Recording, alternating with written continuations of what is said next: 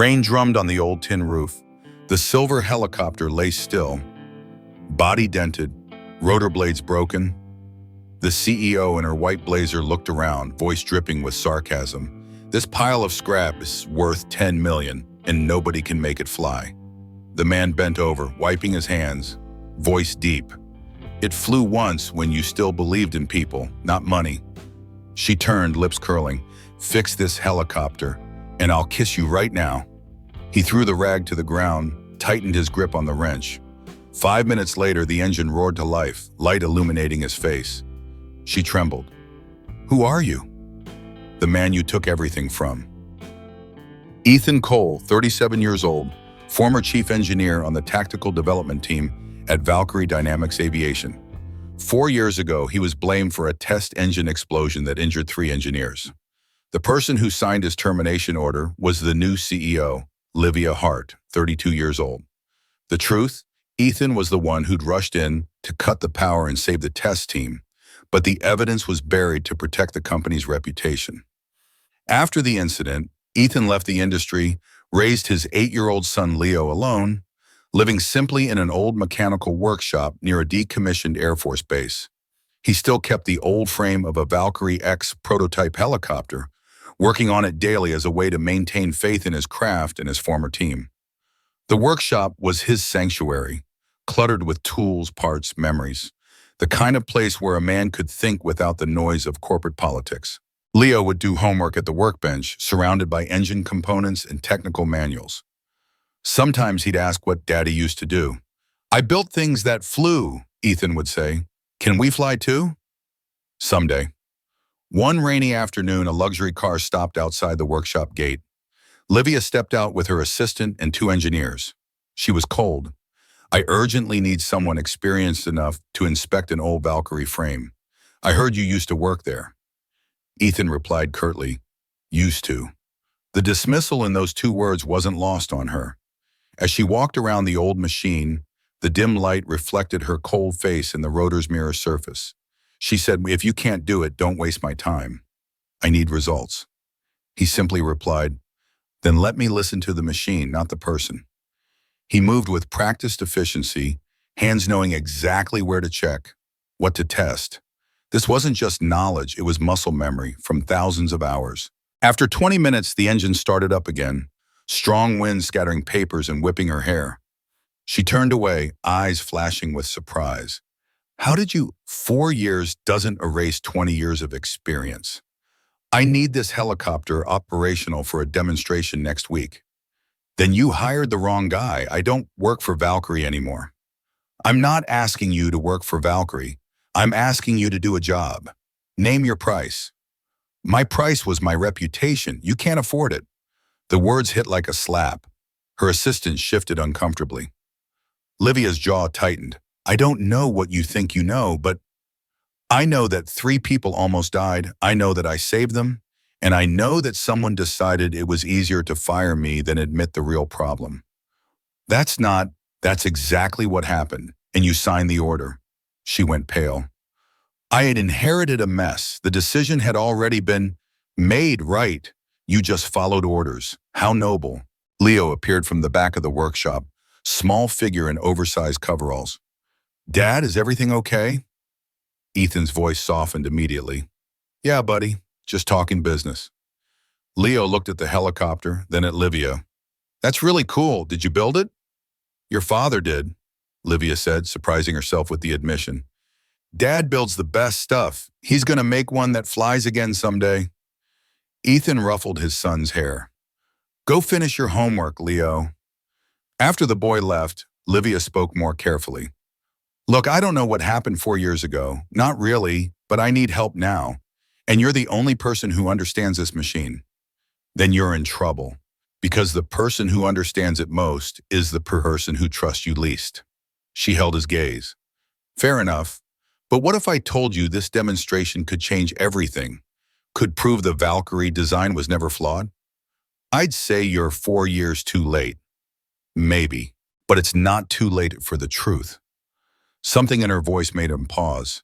Not desperation, determination. 1 week, wow, he said finally. That's all I need to assess whether this is even possible. And if it is, then we negotiate, and my price just went up. Leo, standing in the doorway corner, seeing light from the rotor reflecting on his father's face, symbol of hope's light returning to their lives. Livia returned to this workshop the next day. She wanted to buy back the old Valkyrie. Ethan refused. Not for sale. It's a witness to lies. She froze. What do you mean by that? Ethan didn't answer. He just played an old recording. Employee voices reporting errors in management software, not mechanical design. Livia went silent. She realized she'd signed the order to bury the investigation results to protect the corporation from a stock scandal. In anger, Ethan shouted, "Because of you, they blame me. Because of you, my team lost their jobs." Livia choked. "I didn't know. I was new to the position then." "You didn't need to know. You just needed someone to take the fall." The accusation hung in the air like smoke. Livia's hands shook. She'd told herself the same lie for 4 years, that she was just following protocol, that she'd inherited a bad situation.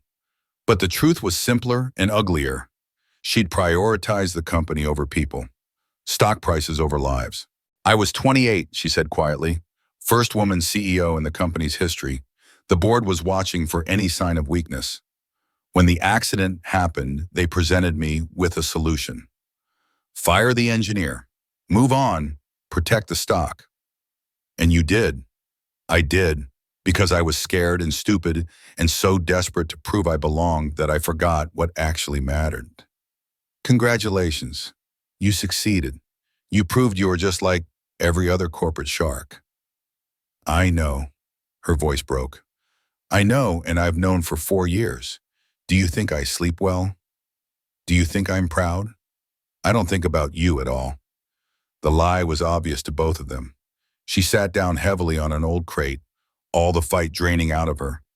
"After I signed that order," she said, "I told myself it was necessary, that one person's career was worth protecting thousands of jobs. The company employed 12,000 people. What was one engineer compared to that?" "3 engineers," Ethan corrected. "Me and 2 others who spoke up." "3, right. 3 lives I destroyed to save my position. To save the company? Same thing to me, back then. And now?" She looked around the workshop, at the tools hanging on walls, at the half-assembled helicopter, at the honest work of building something real. "Now I see what I couldn't see then. That companies aren't saved by the lies, they're rotted by them. That protecting reputation instead of people doesn't preserve anything. It just delays the reckoning." He turned away, but Leo stepped forward, handed her an oil-stained rag, said softly, "Dad says the real mistake is made by people who won't look back." The wisdom from an 8-year-old hit harder than any accusation. She gripped the rag, trembling. When had she last touched something this real, this honest, this dirty? That afternoon, she sat alone in the workshop, looking at the old steel frame. The helicopter was beautiful in a brutal way. All function, no decoration. Every piece there for a reason, unlike her corporate world where everything was appearance and nothing was real. Ethan came out, saw her crying silently. He didn't speak, just placed a cup of coffee beside her. The gesture was so simple it broke something in her chest. When had anyone just given her something without wanting something back? Livia asked softly, "Do you still believe in helicopters?" "No, I believe in human hands." "Wait, Mom. Because machines don't lie, people do. But hands, honest work, that's real." She looked at her own hands, manicured, soft. When had she last built anything? Created anything? Done anything that mattered? "I want to make this right," she said. "You can't." "Then I want to try anyway." He studied her, really looked at her. Not the CEO, not the enemy, but the person underneath. "Why?" "Because I'm tired of being the villain in someone else's story, and because maybe if I help fix this, I fix a little piece of myself." That's not how it works. How does it work? You don't fix yourself by fixing things. You fix yourself by facing what you broke. The truth of it settled over her like weight. "I broke you," she said. "You broke my career, my reputation, my faith in the system, but you didn't break me. Leo kept me whole. As if summoned, the boy appeared with a drawing. 3 stick figures working on a helicopter together. Look what I made, he said proudly. Livia looked at the drawing, at the family she'd helped destroy, and the family she was somehow, impossibly, being invited to join. It's beautiful, she said. You can keep it. Dad says we should give things to people who need them. After Leo ran back inside, Ethan picked up a tool, started working again. Your son is wise, Livia said. He's had to be. Growing up without a mother, with a father who was too broken to fully be there for 2 years. Yeah, he grew up fast. I'm sorry. Stop apologizing. Start changing. How?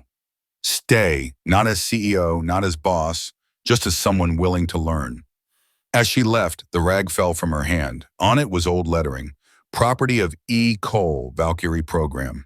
She picked it up, stared at it for a long moment, then carefully folded it and put it in her pocket. That night, she couldn't sleep. She pulled up old files, ones she'd never looked at closely. Investigation reports, witness statements, video footage. And there it was, clear as day. Ethan rushing toward the explosion while everyone else ran away. Ethan shutting down the power. Ethan pulling an unconscious engineer to safety. A hero, and she'd destroyed him. The weight of what she'd done crashed over her. She cried alone in her apartment, the kind of crying that leaves you empty and clean. The next morning, she arrived at the workshop before sunrise, wearing jeans and an old t-shirt instead of her usual designer suit. Ethan was already there, working on the rotor assembly. I watched the videos, she said without preamble. His hands paused. Which ones? All of them, the ones the board showed me, had been edited, cut to make it look like you caused the explosion. But I found the originals. Congratulations, you discovered corruption. Want a medal? I want to fix it. You can't fix the past. No, but I can fix the present, and maybe the future. He set down his tools, looked at her directly. What are you proposing? A public demonstration. We get the Valkyrie flying. I go on record about what really happened. The board will crucify me, but the truth comes out. Why would you sacrifice your career? Because it was built on a lie, and I'm tired of living in lies. The oil rag bearing Ethan's name, real evidence of the man who saved the entire test team that year. The next day, Valkyrie Dynamics held a press conference announcing the Valkyrie 2.0 prototype led by Livia. As they prepared to start it, the test machine exploded. The old management team had deliberately sabotaged it to cover their past mistakes. Ethan rushed forward, shielded Livia from the small explosion. She trembled. Why did you save me? Because if you die, no one will know the truth. They opened the old files Ethan had kept, video showing him rushing in to cut the power while leadership ran away. Livia decided to make all the data public, accepting she would lose her position. At the press conference, she said, "The man I once fired is the person who saved this company from bloodshed. I'm stepping down, but letting him continue." The media erupted. The room exploded with questions. Cameras flashed. Reporters shouted over each other. But Livia kept her composure. This was the moment she'd been preparing for since she'd watched those videos. 4 years ago, she said clearly, there was an accident at our testing facility. 3 engineers were injured. The official report blamed Chief Engineer Ethan Cole for design flaws. She paused, let that sink in. The official report was a lie. More chaos. Her assistant looked like he might faint. Board members in the front row went pale. I was new to my position, desperate to prove myself. When the board presented me with a solution, protect the company, protect the stock price, I took it. I signed the termination order. I buried the truth. She pulled out a USB drive, held it up. This contains the original investigation footage, unedited. It shows Mr. Cole doing what none of us were brave enough to do. He ran toward the danger. He shut down the system. He saved 3 lives. She plugged the USB into the presentation system. The video played on screens throughout the room. The footage was grainy but clear. The explosion, people scattering, and one figure in coveralls running against the tide. Ethan, younger without the gray in his hair, diving through smoke to reach the main power switch. Ethan pulling an unconscious colleague to safety. Ethan going back in for a second person, a third. When the video ended, the room was silent. Ethan stepped onto the stage, spoke briefly. I just want the Valkyrie to fly again, but this time without blaming anyone. His voice was steady, but Livia could see his hands shaking slightly. I don't want revenge, he continued. I don't want apologies. I just want the truth to be known. Because somewhere out there, there are young engineers who deserve better than we got, who deserve to work in companies that value honesty over image. The press conference dissolved into chaos again, but a different kind, not accusatory, curious, hopeful. That night, when everything settled down, she came to the workshop. He was cleaning the helicopter body. She asked, if I give you a chance to fix this, will you let me? He answered, I don't hold grudges, I just hold faith. Faith in what? In the fact that people can change. Not always, not easily, but sometimes. She moved closer to the helicopter, ran her hand along its dented frame. This machine has been through hell, she said. So have we. Can something this broken really fly again? If we're willing to do the work. They stood in silence, the question hanging between them, applying to more than just metal and rotors. I'm not asking for forgiveness, Livia said finally. I don't deserve it, but I am asking for a chance to do better. Then prove it, not with words, with action. How? Help me rebuild this, actually rebuild it. Get your hands dirty, learn what it means to create something instead of just managing it. She looked at her manicured nails, her expensive blazer. I don't know how. Then learn, Leo did. You can too. The challenge was clear. This wasn't about delegation or hiring someone. This was about transformation. She posted a picture of the old engineering team, Ethan and the flight team, on the workshop wall, official recognition of the unnamed hero. 1 month later, Livia left the CEO position, but returned to the workshop with a group of young engineers. Ethan, Leo, and she rebuilt the Valkyrie using the original frame. Every day, laughter echoed through the workshop. No one talked about boss and employee anymore. Livia learned to hold a wrench. Leo taught her how to clean rotors. The transformation was remarkable to watch. The woman who'd walked in a month ago in designer suits now wore coveralls and had grease under her nails. Her hair was usually tied back in a messy ponytail. Her hands bore small cuts and calluses from honest work. She learned to read technical diagrams, understand load ratios, spot structural weaknesses, calculate stress tolerances. More importantly, she learned humility. Hand me the 3/8 socket, Ethan would say, and she'd hand him the wrong one. That's a 1/2 inch. Sorry. Don't be sorry. Be careful. Wrong tool can strip a bolt. She learned, slowly, with patience from Ethan and enthusiasm from Leo. The boy had appointed himself her teacher, taking the role seriously. See, you gotta feel it, Leo would say, showing her how to tighten a bolt. Not too tight, not too loose, just right. Like Goldilocks, Livia said. Exactly. Dad, she gets it. Ethan would smile, watching them, something in his chest loosening after years of being tight. One rainy night, the power cut out. Ethan lit oil lamps, the workshop bathed in golden flickering light. Back in the day, he said, I started up a Valkyrie in the dark too.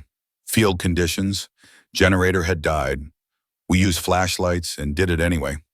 She looked at him, whispered, and I only learned to see real people in the darkness.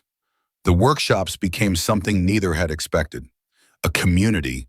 Young engineers who'd heard about the project started showing up, offering help, sharing knowledge. Some came from Valkyrie, risking their jobs to help the man the company had wronged. Veterans from the old Air Force base came by with stories and advice. Men in their 60s and 70s who'd worked on helicopters in Vietnam, in Desert Storm, in Afghanistan. They'd see what Ethan was building and couldn't resist offering a hand. Even some of Ethan's old colleagues from Valkyrie, the ones who'd been fired alongside him, returned. Marcus showed up first. He'd been the lead on avionics, blacklisted after the incident. Heard you were rebuilding the old girl, he said. Trying to, Ethan replied. Need an extra pair of hands? Always. They embraced, two men who'd been brothers in engineering, separated by lies, reunited by truth. Soon the workshop was full most evenings. 10, 12, sometimes 15 people working together. Not for profit or promotion, but because they believed in something. In justice and redemption. In proving that good work could come from honest hearts. Livia found herself part of it. Not leading, not managing, but contributing. One person among many. It was humbling and liberating at the same time. One evening she was working on a fuel line when Marcus came over. You're doing good, he said. I'm doing my best. No, I mean with all this.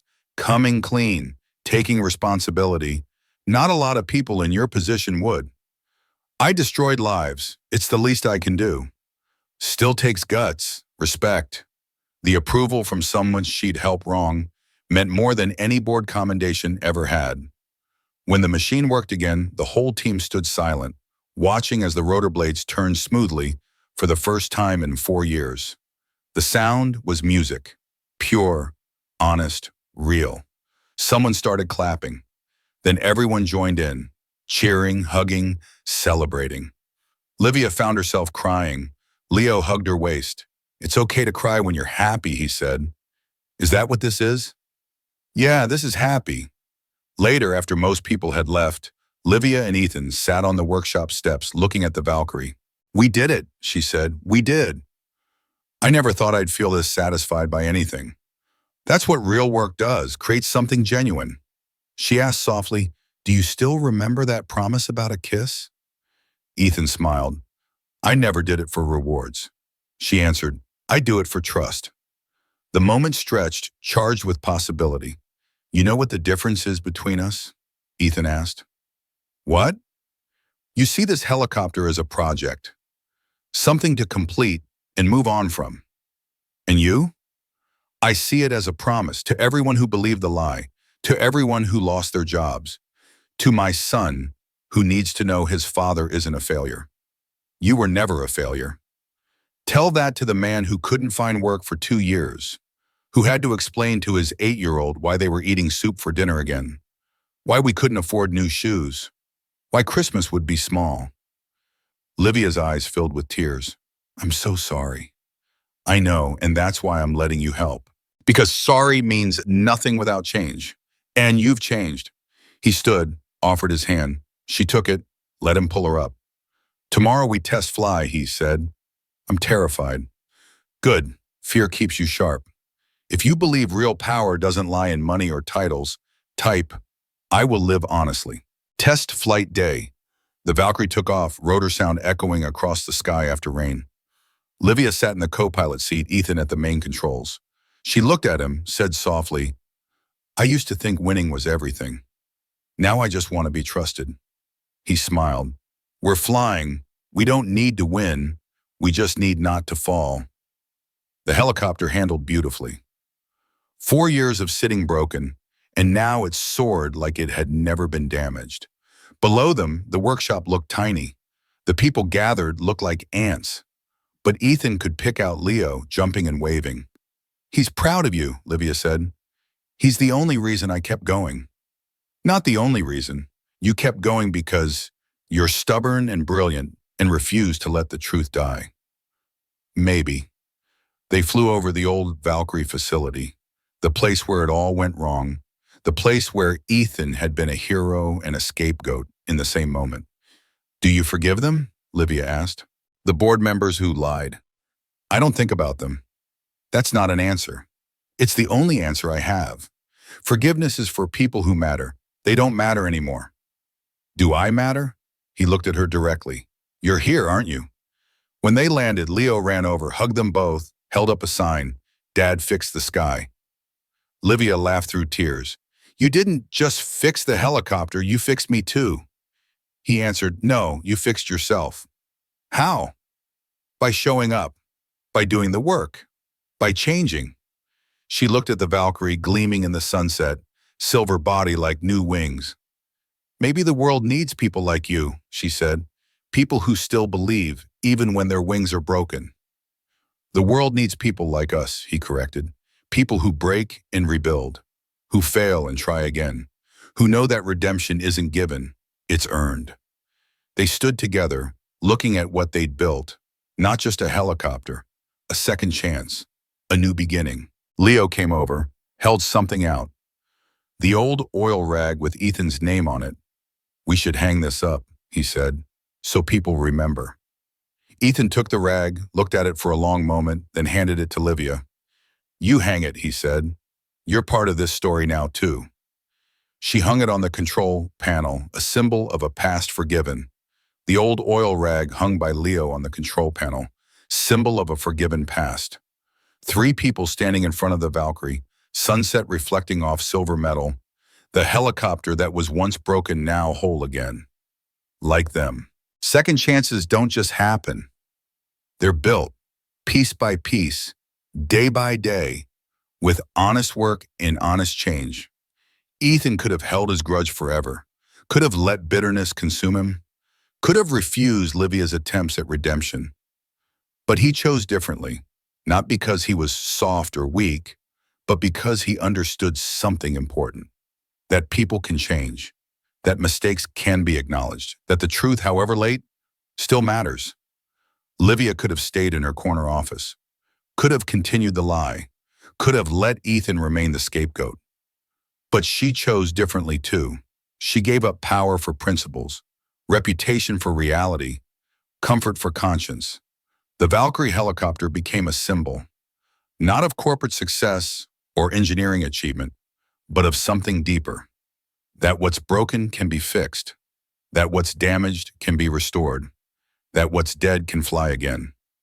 If we're willing to do the work. The real victory wasn't the helicopter flying. It was two people learning to trust again, to build again, to believe that tomorrow could be different from yesterday. And Leo, he learned the most important lesson of all, that his father was a hero, not because he never fell, but because he got back up. If you believe stories like this deserve to be told, leave a comment and subscribe to Strong Dad Stories. We tell the stories that shouldn't be forgotten. Thank you for watching, and remember, real power isn't in titles or money. It's in the courage to face the truth and the strength to change. See you in the next story.